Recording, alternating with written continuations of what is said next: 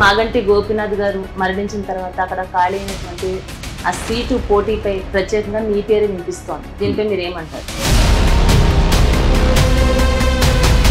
ఎవరికి టికెట్ ఇచ్చినా ఆ ఇష్టం చెప్పిన ప్రకారం చేస్తాం. ప్రజలు అంటే ఏంటంటే మీకు ఇస్తే మేము 24 hours ఎప్పుడైనా మీ దగ్గర రాగలం చేయగలం అని చెప్పి ప్రజలు అంటున్నారు.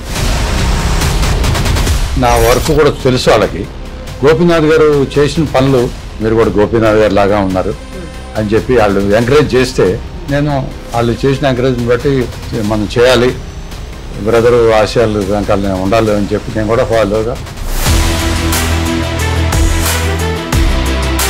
ఎలాంటి పదవిలోని ఇప్పటి వరకు లేరు, రాజకీయ అనుభవం లేదు, ఈయనకి ఎందుకు టికెట్ ఇవ్వాలి అనే వాళ్ళకి మీరు ఇచ్చే సమాధానం? రిజైన్ చేసి కంప్లీట్ ఫుల్ బ్యాక్గా బ్రదర్ వెనకాల అప్పటి నుంచి ఇప్పటి వరకు పాలిటిక్స్లో ఉన్నాను.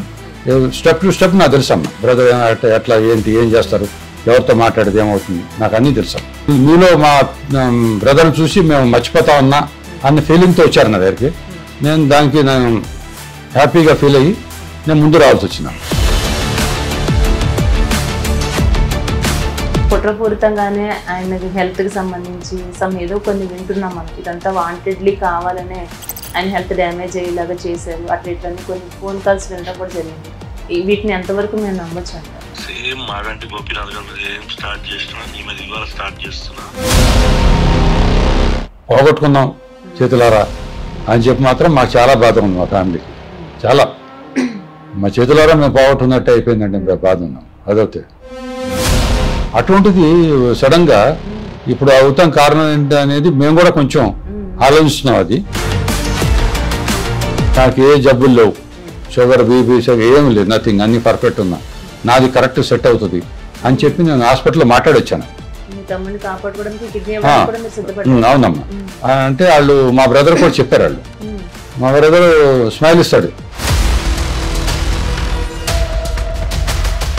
ఇప్పుడు ప్రస్తుతం అయితే మీకు గట్టి పోటీ, మీరు బీజేపీ అనుకుంటున్నారా కాంగ్రెస్? మా ఫ్యామిలీ సీట్ కనుక కన్ఫర్మేషన్ మాకు ఇస్తే అసలు బీజేపీ లేదు, కాంగ్రెస్ లేదు.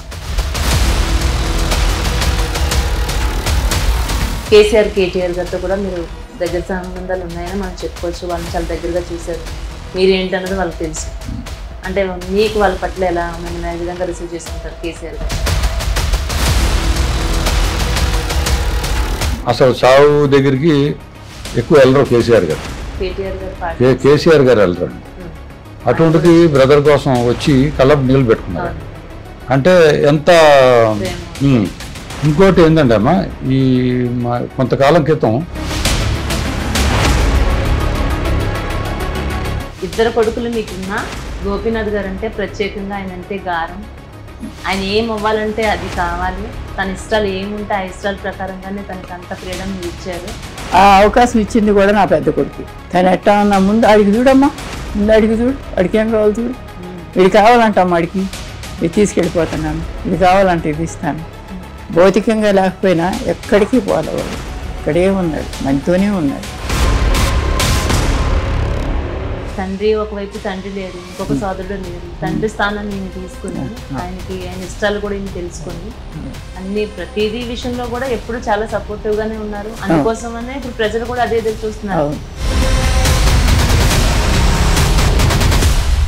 పేరే తెస్తారు కానీ అపకీర్తిదారు కదా, అట్లాగే తెచ్చాడు ఆ బిడ్డ. అంతై ఇంతై ఒట్టుడింతై చివరికి ఏదో మనసులో మాత్రమే మిగిలాడు, భౌతికంగా లేక.